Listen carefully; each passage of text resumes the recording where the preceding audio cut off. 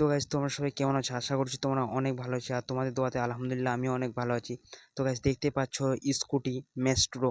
তো guys ignition on করার পর এই যে চাবির সেকশনটা দেখাচ্ছে। তো গাইস ইউটিউবে অনেক ভিডিও দেখেছো মনে হয়। তো গাইস সিডিআই থেকে তার কাটাকাটি হ্যান্ড ছেড়খানি কিছু করার দরকার নেই। সাদার মধ্যে নীল কালার পাট্টি থাকবে, আর guys এখান থেকে তার কেটে জাস্ট বডিতে আর্থ করতে পারো বা ব্যাটারি যে আর্থ আছে ওখানেও আর্থ করতে পারো। গাইস এই প্রবলেম এখানে সলভ হয়ে যাবে গাইস, কিছুক্ষণের জন্য ভিডিওটা লাস্ট অব্দি দেখো।